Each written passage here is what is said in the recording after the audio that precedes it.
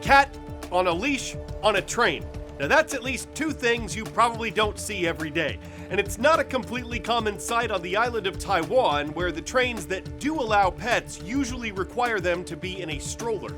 But for one day only, people in the Taiwanese capital and their pets were told to come on ride the train with no cages, strollers, or containers necessary.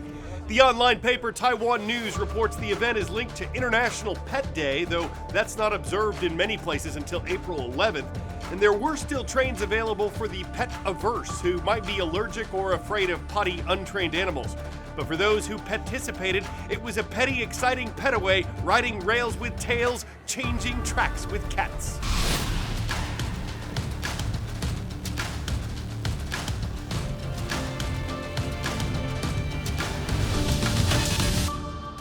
We have several animal-related events going on today, so our tails are wagging that you could join us for the world from A to Z. I'm Carl Azuz.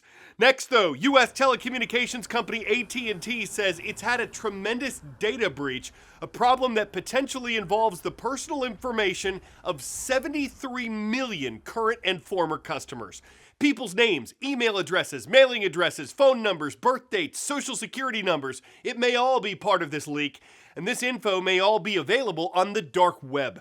That's a part of the internet that doesn't appear on search engines. You need special tools or software to access it, and it's a popular place for criminal activity like stealing personal info that allows someone's identity to be stolen.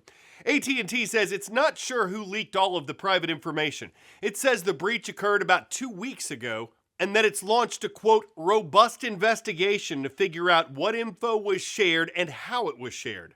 The company also says it'll offer credit monitoring services to help protect those affected against criminal activity like identity theft. However, a class action lawsuit has been filed against AT&T, accusing it of treating customers' information recklessly and not doing enough to protect it.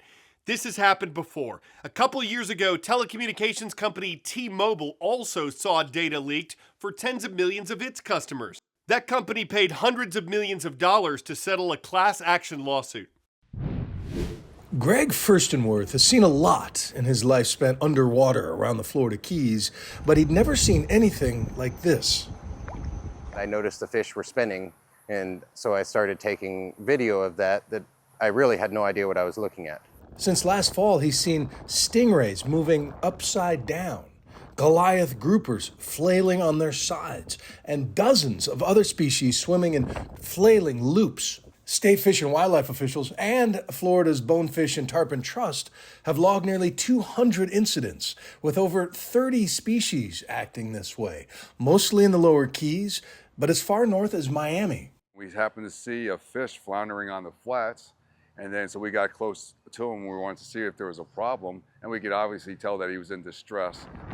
It turned out to be a sawfish, a critically endangered species that might lose 4 or 5 mature adults a year, but in just a few months, at least 27 have beached themselves or died after intense episodes of what anglers are calling the spins.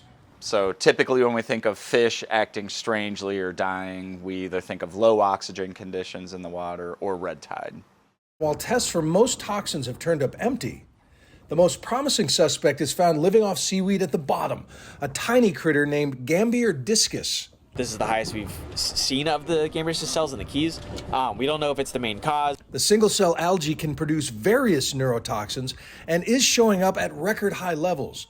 But it's just one more stressor on marine life. There's concern and curiosity, I guess, on could the hot temperatures in the summer cause some changes that maybe led to the fish behavior now, and we just don't really have all the pieces together to try to link one to the other.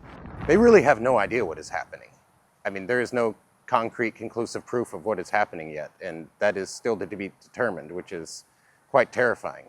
There was a 3-year study recently in which 100% of the bonefish that were tested in the Keys turned up at least 7 different pharmaceuticals, from opioids to antidepressants. And so this behavior has not been seen before, but it is sort of an attack from 1,000 different angles for the creatures living down here, and may be a warning for the rest of us. on this date in world history. One of the longest serving and best known leaders of the Roman Catholic Church passed away on this date in 2005. Pope John Paul II was the first Polish man to be pontiff and the first non-Italian since the 16th century. Millions visited Rome to mourn the late Catholic leader. On this date in 1800, the Austrian public got to hear the first ever performance by composer Ludwig van Beethoven. His first work, appropriately titled Symphony No. 1, was performed at Vienna's Royal Imperial Theater. The German musician had hearing loss and was completely deaf when his Ninth Symphony masterpiece was performed in 1824. And money, money, money! The U.S. established its system of currency on April 2nd.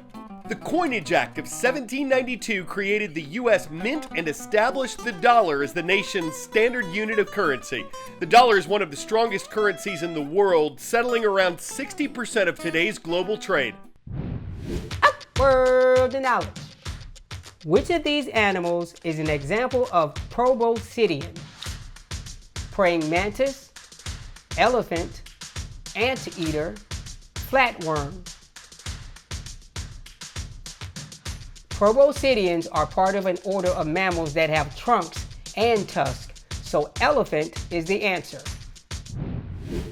The world's largest land mammals aren't as popular everywhere as they are in American zoos.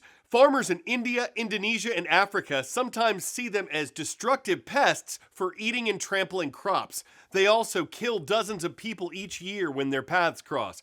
Ecologists are working on ways to help humans and elephants live alongside one another, and given that all three of Earth's elephant species are endangered, conservationists are working on ways to keep these massive mammals around.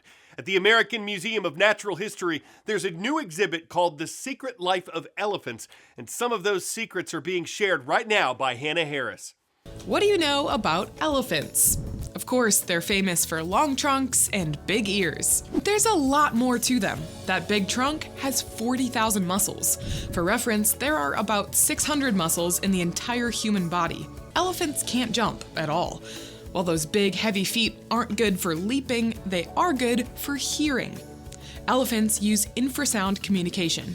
It's called infrasound because it's below the register that humans can hear it, but the elephants can. So they communicate with one another by these sound waves that are actually transmitted through the ground. They can also communicate by trumpeting with their trunks, or grunting, snorting, and barking. And how about those tusks? They're used for defense, but also serve another purpose. It's like a diary of the elephant's life. The tusk is a little bit like the incisors of rodents in that they continue to grow throughout the lifetime of the animal. That means scientists can sample the inside of a tusk and see the life events of the animal, like when a female elephant had a baby. An elephant's tusks grow about 7 inches a year, and just like humans who are right or left-handed, elephants have a dominant tusk too. So now you know elephants. America's Heartland is home to today's 2 highlighted schools. First, in the Show Me state of Missouri, Mrs. Johnson's class is watching at the Collegiate School of Medicine and Bioscience. Glad that you could meet me in St. Louis. And from the city of Pryor in the Sooner state of Oklahoma, hello to Mrs. Bailey's class. Pryor High School is awesome like Fridays. 2 marmots recently mixed it up in northern China. At first, the large ground squirrels start to grapple like pro wrestlers, but then it's like they break into a waltz. Here's what this looks like set to music. Now that's how to turn a face-off into a dance-off. The video was recorded by a field camera in a remote desert area. Marmots spend a lot of their time underground, so it's not every day you see them do this. As far as who won goes, I guess that depends on the last marmot standing. Maybe their dance marmot saw the camera and got them to step up to Dancing with the Starmots. Don't think America's the only place with talent squirreled away. They're just steps away from Siberian bandstand, ground hogging the stage until the whistle pig blows or someone ground chucks them off so you think you can rodance. I'm Carl Azuz for The World from A to Z. Let's dance again tomorrow. You mean the world to me.